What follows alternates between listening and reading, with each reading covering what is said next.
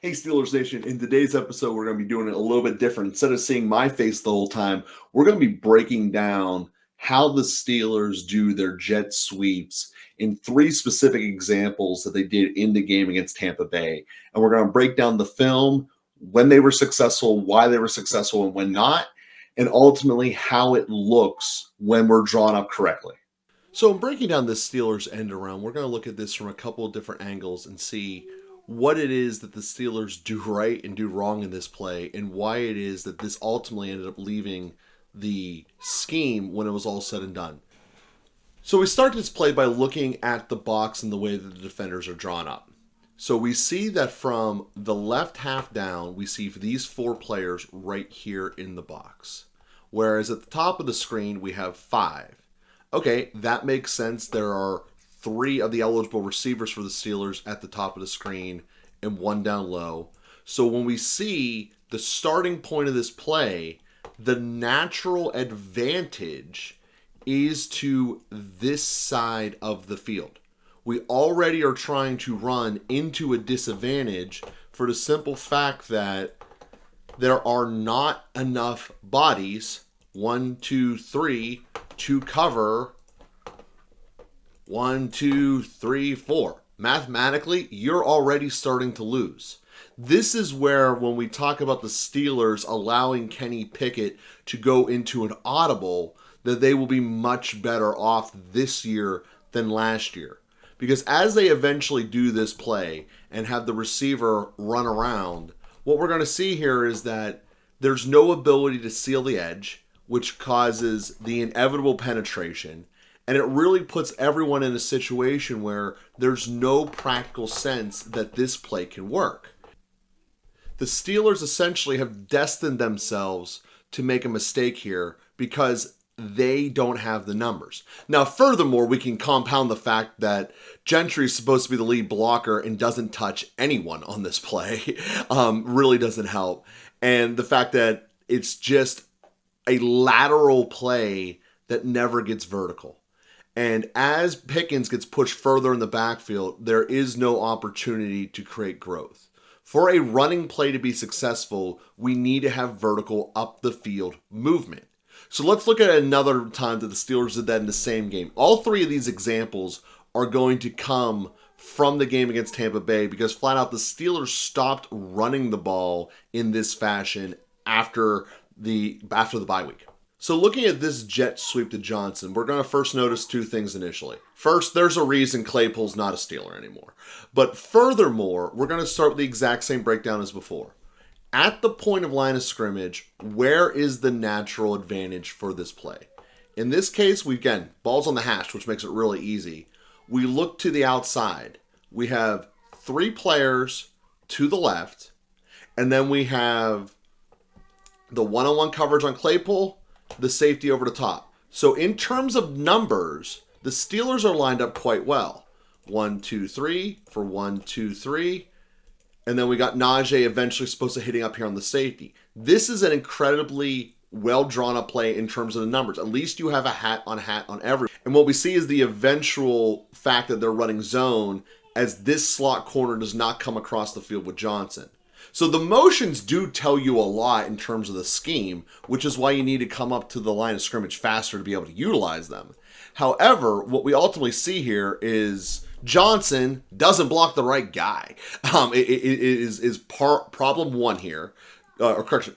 What we see here, problem one, is Claypool doesn't block the right guy. Claypool is supposed to block the guy who's right in front of him. You see Najee yelling him after the play to show that.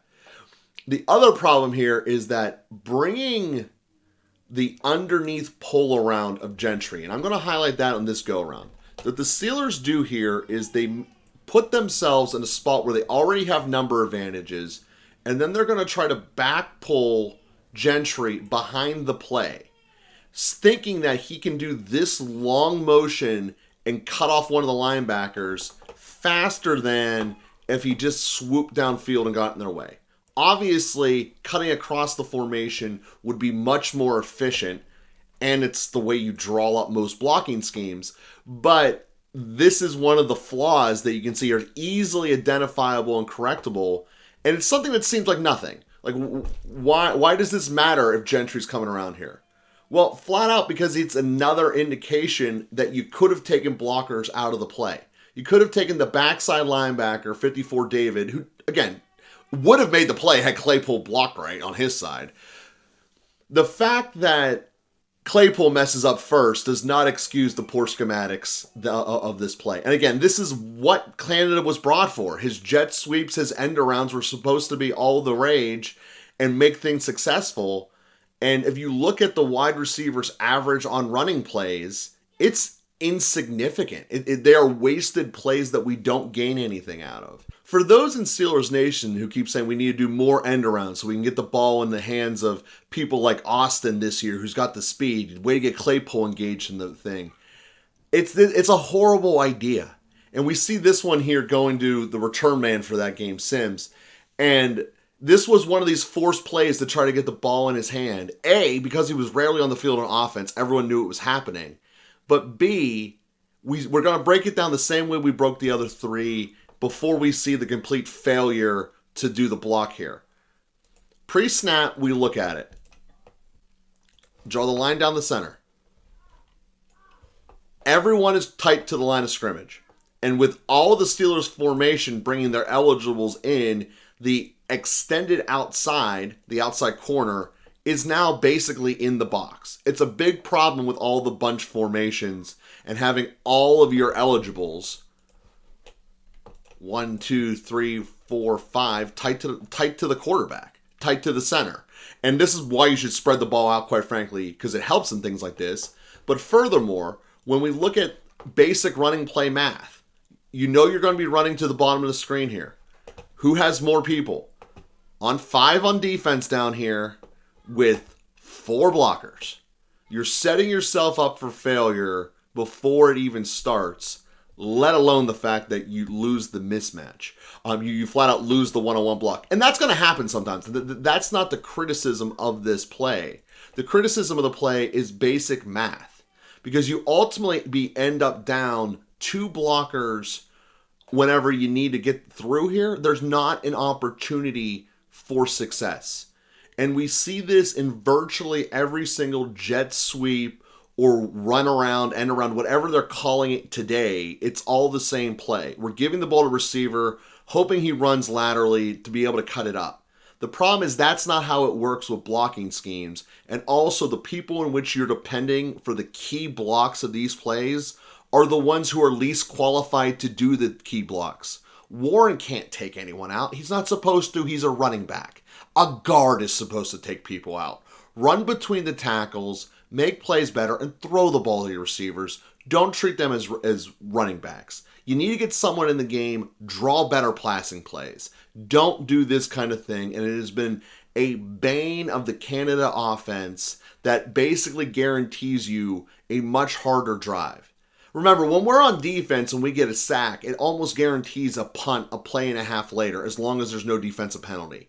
Running plays that guarantee failure, such as these, the best one getting a +1 yards, is almost the same as getting a sack. And in this case, it was. So when we look at this, we ask ourselves, why was this such an integral part of the offense and the calling card of the guy that we ultimately hired? Now, granted, Steelers Nation, we're very thankful. The second half of the season, we stopped doing crap like this. And the Steelers got better as a result.